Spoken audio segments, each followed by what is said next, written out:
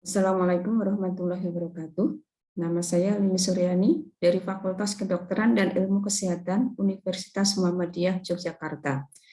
Pada webinar yang diselenggarakan oleh LP3UMY tahun 2021 ini, topik yang akan saya sampaikan adalah tentang pemetaan sebaran COVID-19 di Puskesmas Bantul 1. Pendahuluan, kasus konfirmasi COVID-19 di dunia, di Indonesia, DIY, di Bantul makin bertambah. Puskesmas Bantul 1 memiliki misi mengembangkan pelayanan kesehatan meliputi kegiatan promotif, preventif, dan rehabilitatif. Puskesmas Bantul 1 termasuk zona merah dengan jumlah positif COVID-19 mencapai 15 kasus per hari. Salah satu penyebabnya adalah protokol kesehatan yang kurang berjalan dengan baik, terutama dalam kepatuhan jaga jarak dan memakai masker. Usaha untuk menurunkan jumlah positif COVID-19 adalah dengan melakukan edukasi, baik melalui penyuluhan, penyebaran leaflet, pembuatan video, maupun pelatihan. Tujuan pada pengabdian ini adalah membuat peta sebaran COVID-19 dan pelatihan kader kesehatan menjadi pendamping penyintas COVID-19 di wilayah Puskesmas Bantul 1.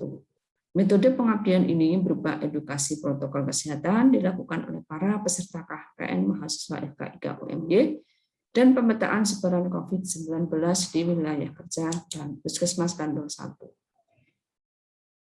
Kedua, metode.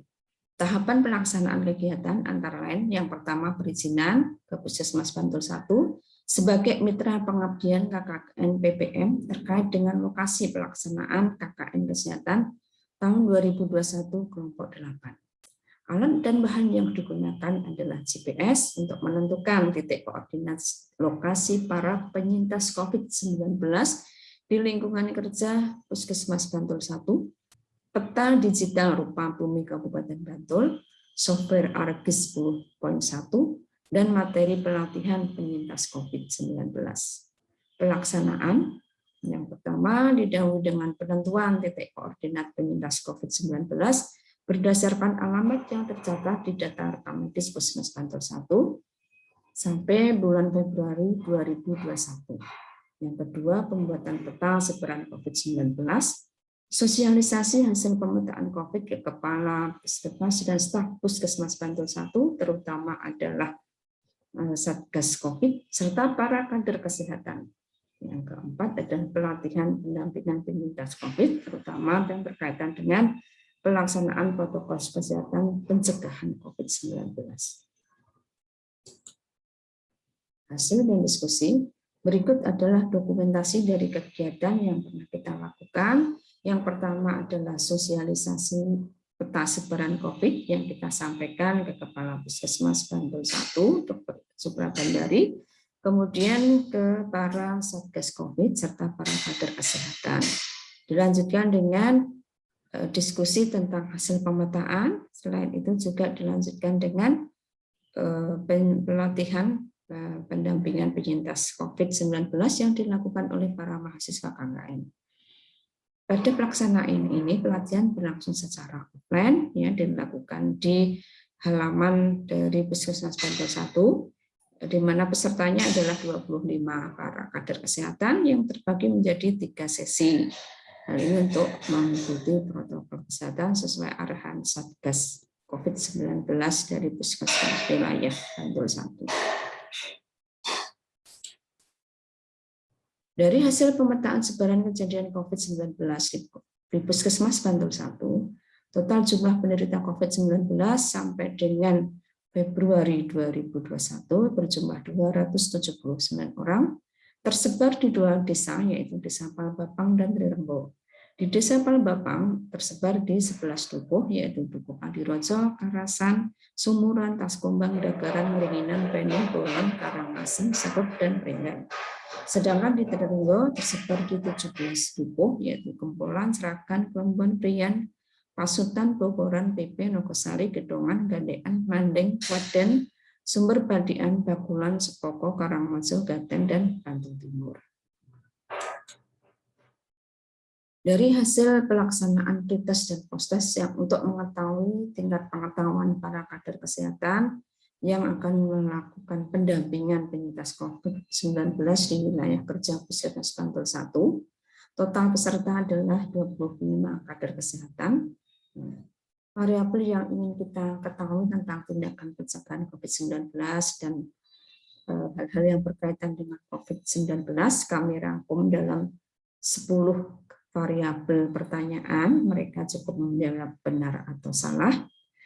Dari hasil pretest dapat dilihat bahwa sana yang menjadi ukuran masih rendah tingkat pengetahuannya adalah poin nomor 2, yaitu cara mencuci tangan yang benar, itu sekitar 68% yang benar, dan cara mengatasi sesak nafas 24% yang benar, sedang lainnya yang waktu tepat melakukan cuci tangan, kemudian ciri-ciri masuk N95, kriteria sembuh dan selesai isolasi mandiri bagi yang positif COVID-19, gejala yang masih ada setelah sembuh COVID-19, cara membersihkan masker yang benar, cara mengelola masalah memori, berpikir dan perhatian, tujuan cuci tangan dan jajaran orang terserang COVID-19. Mayoritas responden atau peserta pelatihan itu menjawab lebih dari 50% yang benar. Dan setelah dilakukan pelatihan, kemudian dilakukan post-test, 100% semua variabel bisa dijawab dengan benar oleh para responden atau para peserta pelatihan. Jadi di sini mayoritas para kader kesehatan sudah paham tentang cuci tangan yang benar dan lain sebagainya. Pendampingan penyintas COVID-19 masih banyak yang belum paham, terutama tentang pengetahuan tentang masker 95, kriteria pasien COVID-19 yang sembuh. Berdasarkan informasi peserta KKN, selama mendampingi para penyintas COVID-19, banyak penderita COVID yang mengalami cemas dan depresi ringan, seperti gangguan tidur, lelah, tidak bersemangat, dan ketakutan. Mereka sangat membutuhkan pendampingan untuk mengurangi beban psikis selama tinggal di karantina maupun isolasi mandiri. Perlu ada penanganan pendekatan masalah kejiwaan pada klien COVID-19 yang terutama tinggal di rumah karantina. Menurut Winurini tahun 2020, akibat pandemi COVID-19, banyak 63% responden mengalami cemas dan 66% responden mengalami depresi. 4 faktor risiko utama depresi yang muncul akibat pandemi COVID-19 yaitu faktor jarak dan isolasi sosial, resesi ekonomi, stres dan trauma pada tenaga kesehatan, dan yang keempat stigma dan diskriminasi. Menurut Aslamiyah tahun 2021, perubahan psikologis pasien COVID-19 adalah turunnya motivasi, sedih, perasaan tertekan, insomnia, dan membutuhkan motivasi. Karantina merupakan bagian dari upaya pemutusan mata rantai COVID-19. Namun tindakan karantina dapat menjadi sebab perubahan mental individu, baik yang terinfeksi maupun yang tidak. Seluruh pasien mengalami beban mental dan pikiran, serta tertekan ketika dinyatakan sebagai orang yang terinfeksi COVID-19. Setelah sembuh dari COVID, para penyintas masih mengalami trauma dan membutuhkan waktu yang lama untuk bisa beraktivitas seperti biasa. Ketika ingatan trauma menjadi tidak sadar, mengganggu, dan berkelanjutan, hal ini bisa menjadi ciri utama dari gangguan stres pasca trauma. Kesimpulan dan rekomendasi dari pengabdian ini, yang pertama, di wilayah Puskesmas Bantul 1, penderita COVID-19 sampai dengan akhir bulan Februari 2021 berjumlah 279 yang tersebar di 2 dusun, 2 desa, dan 28 dukuh. Tingkat pengetahuan para kader pendamping penyintas COVID-19 mengalami peningkatan setelah dilakukan pelatihan dengan materi berupa tindakan pencegahan dan protokol COVID-19. Pemberian pembekalan atau pelatihan pada para kader sebagai pendamping penyintas COVID-19 penting dilakukan agar mereka memiliki pemahaman yang komprehensif tentang COVID-19. Peta sebaran COVID bisa dijadikan sebagai dasar dalam menentukan skala prioritas tindakan pencegahan COVID-19 di Puskesmas Bantul 1, serta para kader kesehatan yang telah dilatih bisa ikut berpartisipasi aktif dalam kegiatan pendampingan.